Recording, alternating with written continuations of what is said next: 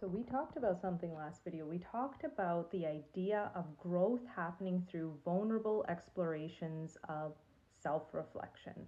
So let's take a minute to assess if we are in a toxic environment, meaning our in-law relationship, whether we're living with them or not, then what's in our control? We can't undo decades or generations of trauma, maladaptive patterns.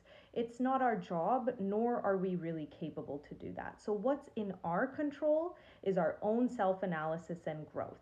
So let's say if you are faced with this predicament, there's a few things to pay attention to listed here that'll increase your likelihood of a successful marriage, maybe repairing some of these relationships, or simply just making do and accepting the relationship length to which you have to hold someone. So again, there's different lengths you can hold someone.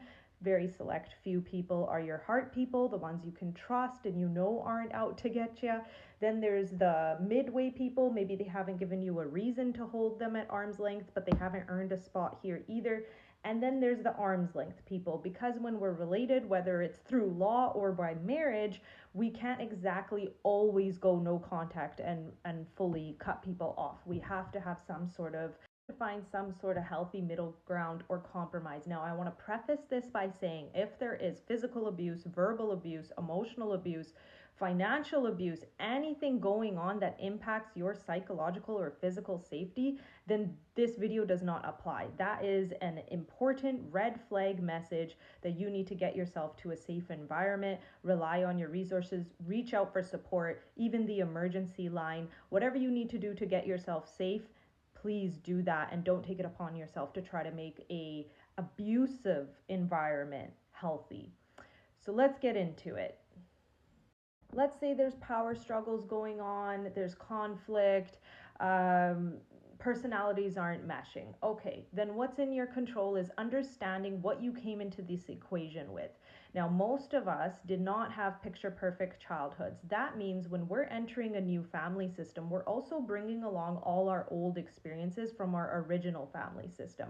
So if we had a unhealthy attachment style with our caregivers, then that's going to inform the way we attach with these new authority figures in our life, our mother and father in law. Secondly, if we've experienced bullying at school, if we were bullied by our siblings, if we watched a lot of fighting, if there was financial hardship, whatever the variables were in your upbringing, if there hasn't been a healing journey, most likely those triggers are going to come out in this new environment and family system that you have found yourself in. So the first step is to identify your triggers.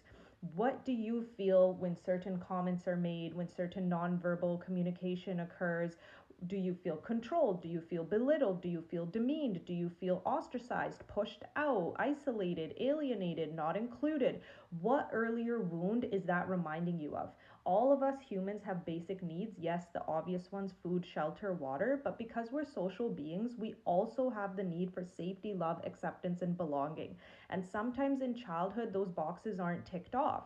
Now, because we hang our hat on getting married as being the ultimate happiness and when our lives really begin, then when those needs still aren't being met, or we see people being barriers to those needs being met, or they're simply reminding us of when those needs weren't being met, then it can really set off a lot of alarms. Now, I actually have a session to get to, so I will continue filming this after that.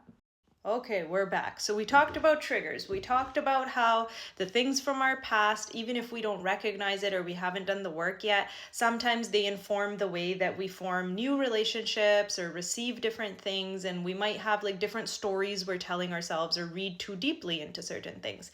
Now, the next thing to talk about is what are our coping strategies? Now, naturally, if we have great self-care, if we have a healthy social life, if we're feeling fulfilled in our career, then the things around us that are triggering are not going to pack as much punch as they will if we don't have a well-rounded life. So sometimes we end up putting all our eggs in one basket and kind of being overly attached or connected to our marriage and our husband's family being our ultimate happiness and the happily ever after.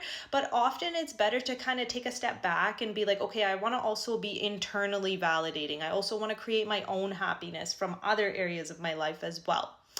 Next point to bring up is just like triangulation and relationship enmeshment happens in the in-law family system, it can also start to happen in our own family system if we're now doing a whole lot of venting. Now, because it's human nature to try to release our negative emotions when they're building up, and just like a pressure cooker, they build up, and then we blow. Sometimes then our other relationships, like our relationship with our mom, our dad, our siblings, our best friends, our cousins, end up being these venting sessions. So even when we're not in the family environment home, even if we're gone out and we're socializing, those conversations, we're giving them a lot of negative energy by continuously venting about them. So just being mindful of these different things, being mindful of what are the psychological variables from your past factoring in, what are your current coping strategies or lack thereof that might be factoring in, and last but not least, also giving some thought as to what's your relationship like.